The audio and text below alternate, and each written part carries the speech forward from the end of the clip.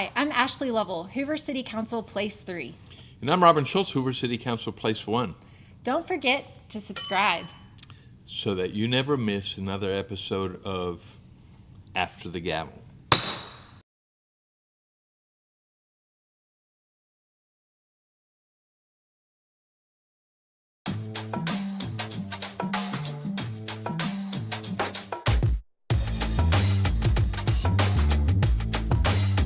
Hello, I'm Robin Schultz. And I'm Ashley Lovell.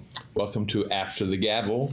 For Monday, August the 10th, the President gavelled the meeting to order at 6 p.m. All members were present except for President Pro Tem Driver. We began the meeting with the invocation, the Pledge of Allegiance, and we started with a report, and the report was on the audit, okay?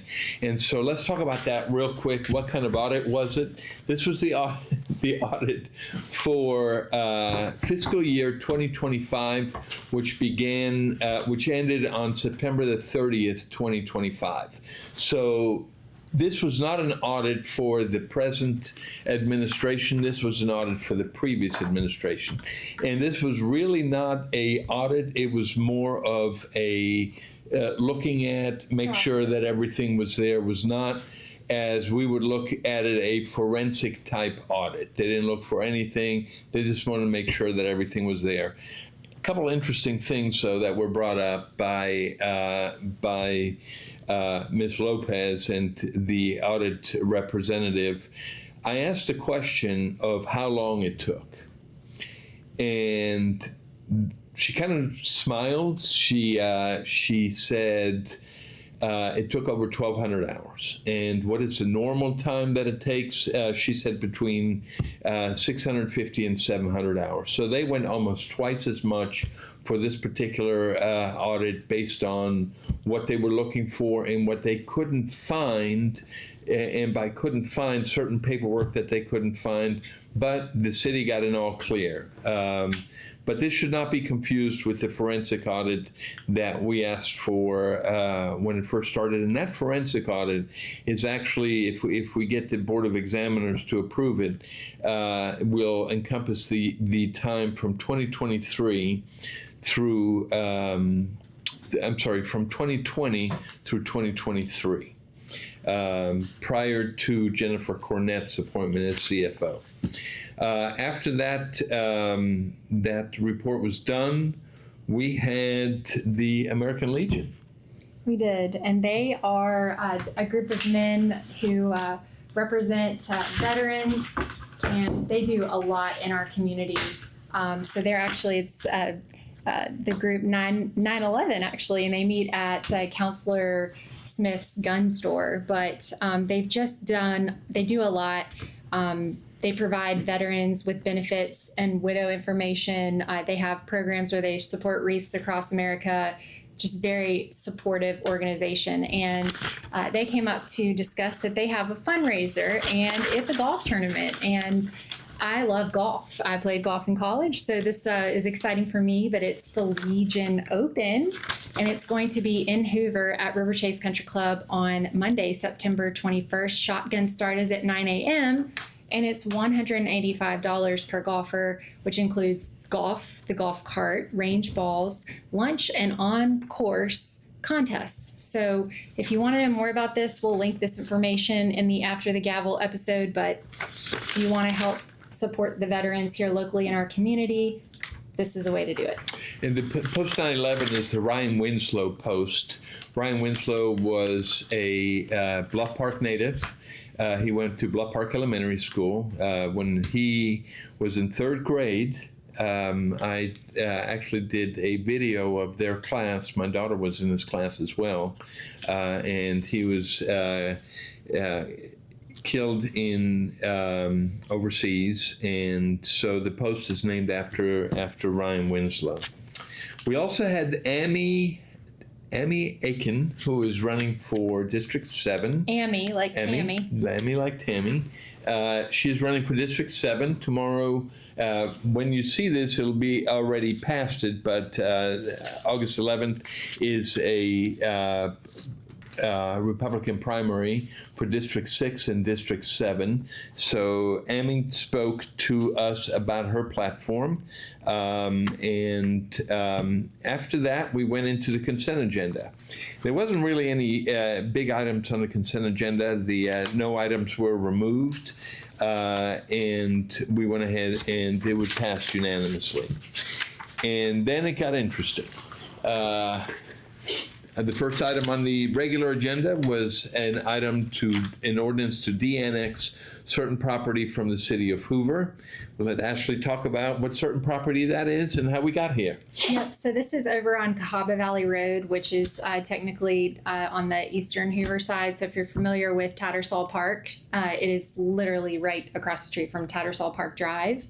And we were made aware 3 weeks ago of a church, Trinity Presbyterian Church. They were inquiring about the street light and with our city engineers and said, we'd like to have this street light adjusted because we're starting school on August 11th, which is tomorrow. And the city was confused, didn't understand what they were talking about school-wise, so referred it over to our city planner, Mac Martin, and the Trinity Presbyterian Church did not file the proper paperwork and things like that in order to go through the conditional use process that's required here in the city of Hoover.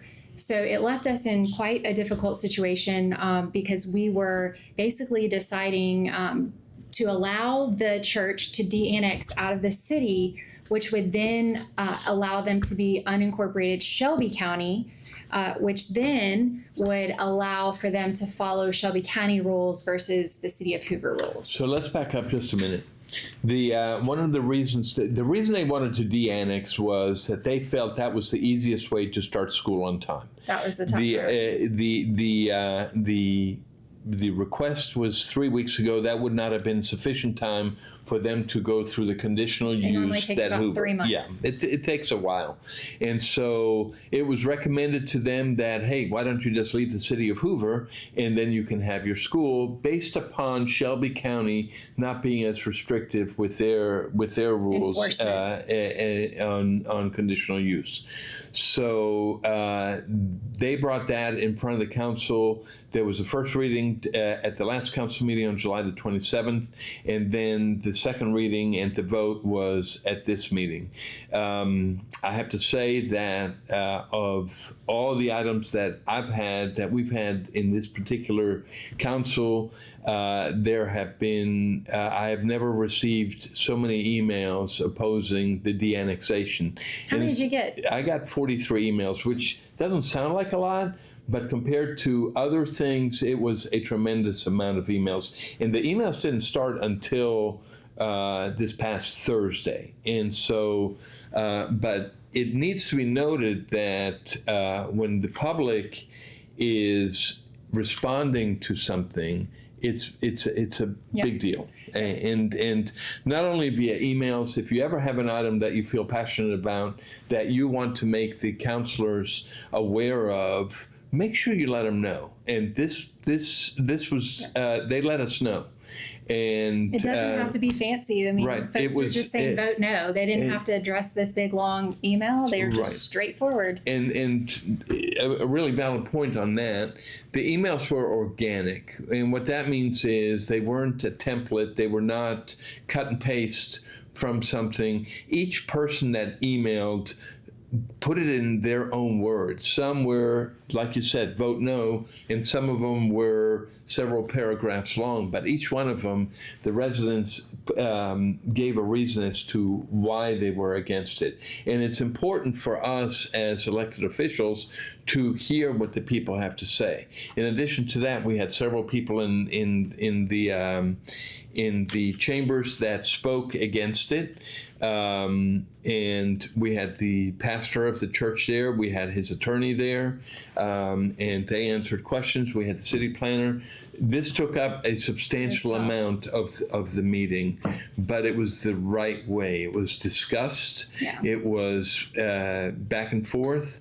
The vote ended up being 5-1 against de-annexation. So 5 noes and 1 yay, or 1 aye, and but it shows how government actually works. Should work. It's a collective body, and Right. President Middlebrooks did mention that. He said it's not one person's decision; it's the entire body's decision. And once the body has spoken, because we're elected by the people, we accept that decision and we move forward. And Right. so that, I mean, as a new city councilor, it was neat to be a part of a real life breathing discussion. I didn't have, talking points that I had prepared. I knew things I wanted to talk about and ask questions, but it was one of the most or more organic conversations that we've had amongst the council, the petitioner, our engineering team, and the legal team. Everybody was engaged, and it was intense, but it was really good and a great demonstration of what we do when it comes to deliberating in the public, in the public space. And nothing behind closed doors. It No. was totally front. Now, the attorneys did give some outs in case it had been approved. They put some conditions on it, and but it never came to that. But it was truly the way that things should work. Now, it didn't work in their favor, the petitioners in their favor. But that's not the point. The point is, they had an opportunity to come in front of the council and discuss it. Exactly. And they were, and like I said, I think it was a really hard decision for all of us up there. Because absolutely, yeah. It was really like being stuck in a rock and a hard place, because you want to look out for the residents of Hoover, but you also want to be friendly to people who want to bring their entities to invest in the city. And that's what this church property wants to do. So one of our constituents came up and spoke and just said she just felt like it was rushed. And I thought that was a good way to describe it. And I'd really encourage you to go take a look at it, because we really got into the details of conditional use and the importance of it to the community. And I'm passionate about that. Yeah, rushed is because 3 weeks doesn't seem like rushed, but I think the majority of the people in Hoover were not aware of this happening until the end. And I had some of my comments was, I wish there would have been a way for us to keep them in Hoover and let them open their school. But there was just, and I reached out to the attorneys to see if there was any way to do that, and there just wasn't, because of the precedent that it would set. So I appreciate the church staff, Pastor Lusk, and also spoke with Mr. Carl Peterson. He's one of the founders of the church, and I appreciate your honesty and openness and assuming, or taking it out front that you said, look, we didn't do what we were supposed to, but we're trying to make the most of the situation. And so I really appreciated their openness and the dialogue that they started with us. Yeah, it was well worth watching. Yeah. It's long, but it's well worth watching. The next item on the list was a public hearing to have a incentive for a business in Hoover, and one of the things that we've been hearing about incentives. Is this a new development? No, this is an existing development. This was the redevelopment. Yeah, this is the Big Lot store that has been closed for a while off of Lorna Road. They want to redevelop it, and they asked for an incentive to do that. And there's going to be 2 new type of stores, or TJ Maxx stores, that are going to be coming in One to of them that. is Shoe Department, which I like a lot, and I'm sure there's a lot of other folks that like it. I think that I know a certain somebody that's going to be very excited about it. Oh, yes, ma'am. Especially if it's sparkles on any of those shoes. So, yes. So that was approved unanimously. So one of the things that we've been hearing is, hey, what about the empty stores? This is one of those empty stores that is now going to be filled out. And then we had another freestanding ER. You want to talk about that? Yeah. So this was for a conditional use for a Grandview freestanding ER. It's over there on the intersection of Valleydale Road and 65, and it's going to be right across from like the South Point area. And it's an amenity, is what I would like to kind of address it as. We had a resident of Indian Valley, yes, Indian Springs community, and they did speak and say that they were a little bit concerned about the traffic and ambulances, and President Middlebrooks, he reiterated that it was not going to be, it's not level 1, meaning it's not, one of those quick responding ER urgent situations. And I can say that I've personally benefited. We have one that is over right by my house, and it's an Orlando Health, formerly Brookwood Medical Center. And I've brought my children there. I brought one of my parents there whenever they were sick. And so it's a nice amenity to add, and especially for that side of the corridor of the city. I think it's strategically located. We have one on the west side of Hoover on Highway 150, UAB, which I have been to. It is a very, very good thing to have, because you're not in the hospital waiting room waiting forever. Normally you get seen a lot quicker, and it's above urgent care, but not a trauma center. So, I said South Point, I meant South Lake. I did reach out to several of those residents, and they were excited. They saw it as an amenity for their community. After that was approved unanimously. After that, we had 3 resolutions dealing with CBD products. The first one was turned down. The second one, the applicant did not complete the paperwork properly. The third one was approved. Yep, and that was specifically a consumable hemp product that's offered in grocery stores. Right. So it's that entity was our Piggly Wiggly over in the Bluff Park area.